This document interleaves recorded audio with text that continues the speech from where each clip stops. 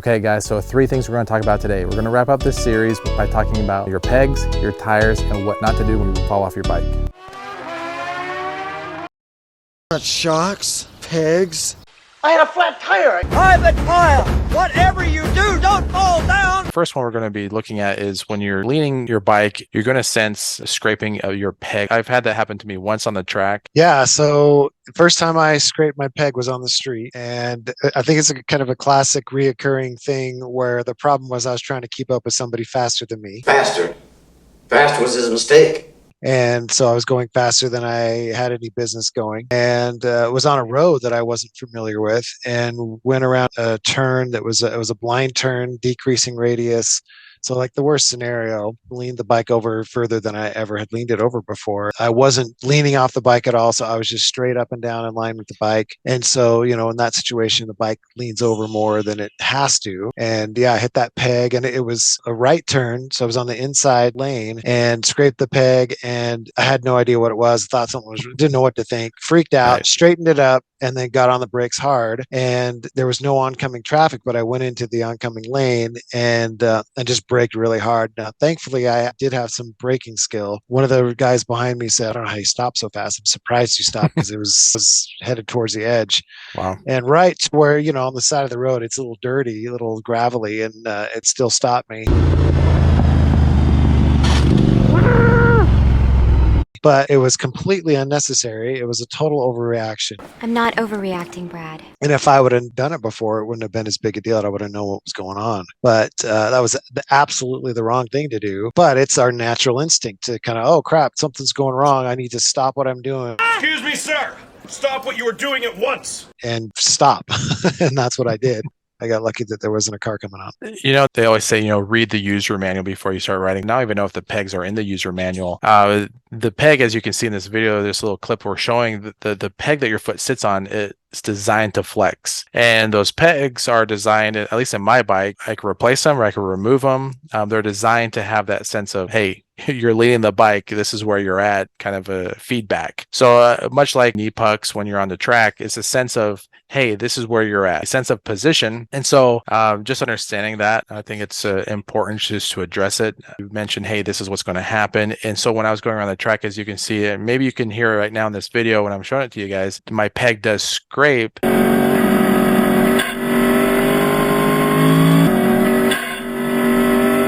And I instantly knew what it was. I didn't freak out. I was able to stay the course. I might have backed off a little bit, but it wasn't abrupt. It wasn't scary. I knew what to expect.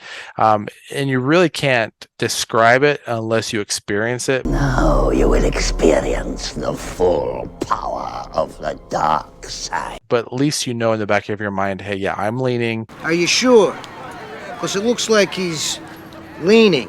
I hear something scrape. Yeah, it's a peg. Don't freak out. Just nice, gradual, gentle corrections. Yeah, again, it's a natural reaction to freak out. I remember riding with my brother, who was a brand new rider, and he had rented a Harley, and he scraped a peg like the first day. And, you know, of course, it changed his line. He didn't actually overreact like I did, as bad as I did, but it's something that's going to happen certainly sooner on a cruiser than on a sportier bike. But it can definitely happen at any time. And he just realized that, hey, this is a soft part, not a hard part. So it's not going to rob any of your traction, because that peg does flex, and it flexes for that reason. You know, and that could go into a little kind of a bonus plug of body position on your motorcycle. If you're leaning, like you mentioned early, you're leaning the bike, you weren't leaning your body off the bike. The bike was completely taking all that lean angle, and you're going to hit that peg sooner with the speed and the angle of the turn. So if you're leaning off the bike, you're going to miss that peg. So if you're not leaning off the bike, you're going to hit that peg sooner. If you lean off the bike,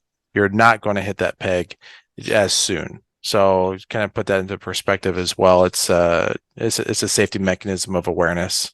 Yeah, and you know, if you're going at a pace, say you're on a cruiser where it's really, really easy to scrape a peg, if you're going at a pace where you scrape it once and you want to maintain that pace, it's not something that's, you know, got you nervous or anything. You can not scrape it again by just leaning your upper body over. Mm-hmm. Put your head to the inside, leave your butt where it's at, because the biggest effect is your upper body and your head.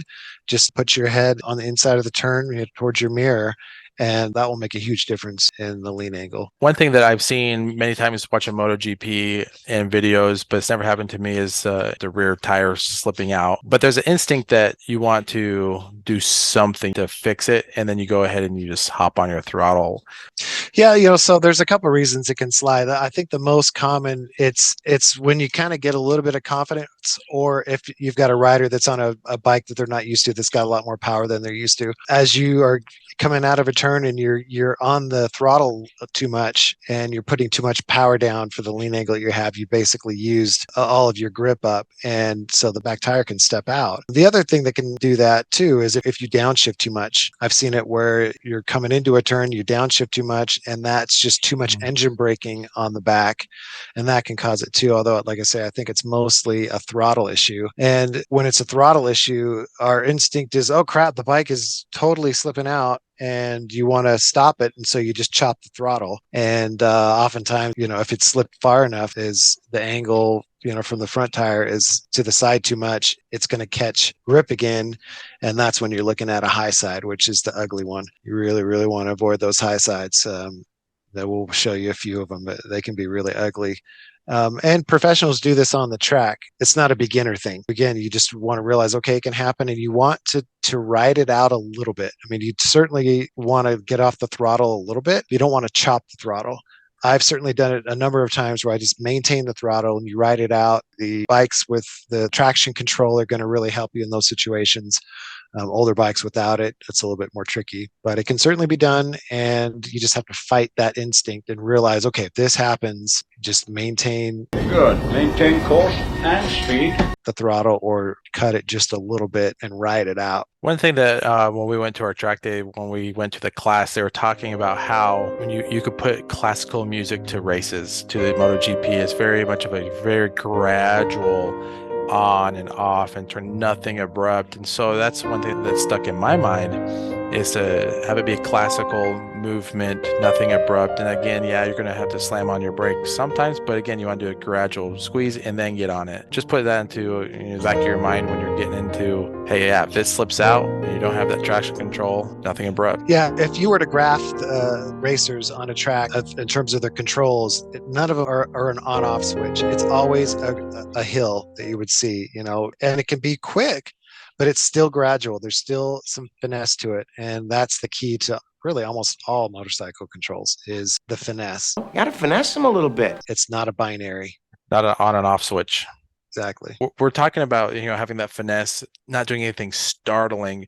One thing that we see a lot with just falls in general, we're not talking about motorcycles right now, just any kind of fall. When you're trying to catch yourself when you're falling, instead of falling gracefully, rolling into it like they train you. I've been doing the military. When you fall, you want to just tuck and roll to absorb that. On your motorcycle, what happens is, or even on a bike, when you start to fall, your instinct is to reach out and try to catch yourself. And now the first thing you want to do is your foot to try to stop yourself. Yeah, it's funny because when you're on a motorcycle, even if you're going slow, it feels like you're going faster than you realize. You ain't first, you're last. And I remember, again, trying to keep up with somebody that was faster than I was. And this was on my first bike, which was a Suzuki GS 850. And it had, not sporty tires, just pretty decent cruiser tires. Trying to keep up with them in a slow turn, going faster than I'd ever gone before. And I started to lose my front tire. It started to slip. And I actually don't know how it didn't go down, but my instinct was to put my foot on the ground. And boy, as soon as I hit the asphalt, my leg was behind me.